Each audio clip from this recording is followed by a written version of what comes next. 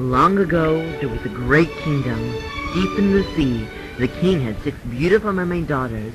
They were raised by their grandmother. The littlest mermaid's silky golden hair and sea-green eyes made her the fairest. She, more than her sisters, loved hearing her grandmother's tales of life above the sea. "You shall see it yourself," said her grandmother. "When?"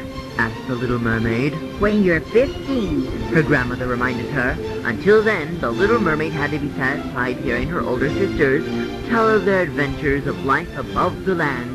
She heard about humans with no tails and a silver moon that shone onto the sea. There were leaves that rustled in the wind, and in the cold months, beautiful snowflakes fell. Finally, the little mermaid celebrated her 15th birthday. It was her turn to see the world for herself. The little mermaid climbed onto the moonlit rock in the harbor. It was more beautiful and wondrous than she had imagined. Nearby was the royal ship. She heard the sailors' lovely songs. The prince was on board. The little mermaid gazed at his kind, handsome, and noble face. Suddenly, the moon darkened. The sea swirled. The wind whipped around the harbor. The sailors raced to save the ship, but it tossed and cracked under the waves.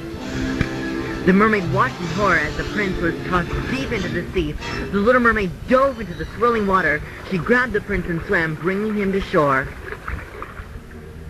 When he finally stirred, his arm touched the mermaid's silken hair. The crowd cheered. "Our prince is saved!" Only then did she slip into the sea and return home. The little mermaid couldn't forget the prince. "You must try," her grandmother warned. "Why?" asked the little mermaid. "I love him." "But if he doesn't love you, you cannot return to the sea as a mermaid. You will turn to foam and die." The little mermaid tried hard to follow her grandmother's wishes, but she could not, so she visited the sea witch to ask her advice. "Of course I can help you," cackled the witch. She boiled up a stew of snakes to make a potion. "Drink it when you get to shore," she commanded. "What will that do?" the mermaid asked.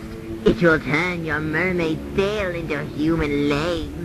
But beware, walking will always be painful for you." The mermaid sadly agreed. "I will need to be paid," the witch cackled. "Yeah, give me your beautiful voice.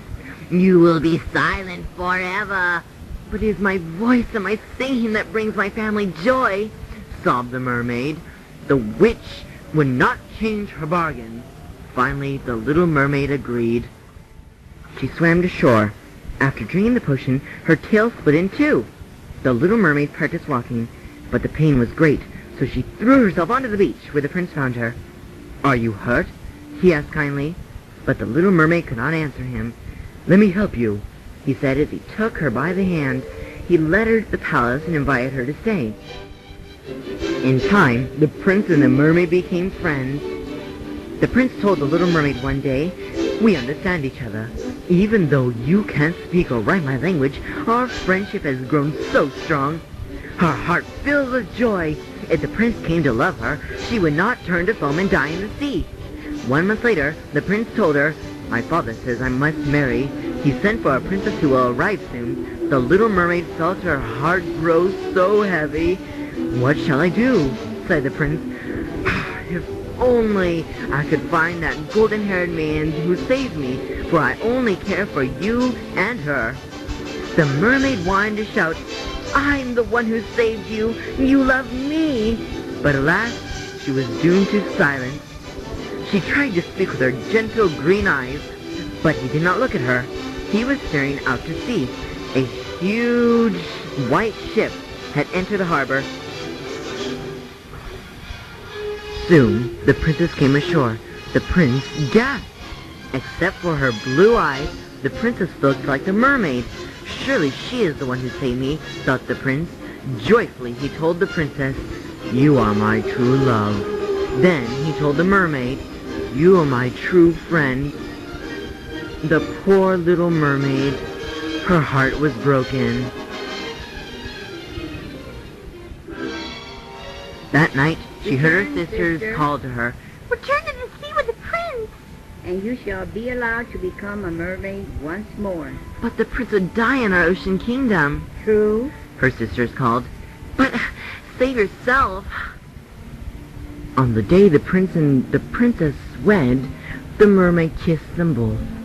Then quietly she slipped into the sea as her toes turned to foam. The sea sang to her, You are a loyal friend, so you shall float in the sky and bring joy to all who look at you. For all his years, the prince lived happily. Often he felt a special joy as he gazed up at the sky, and sometimes at night he imagined that he saw a beautiful mermaid floating in the moonlit sky.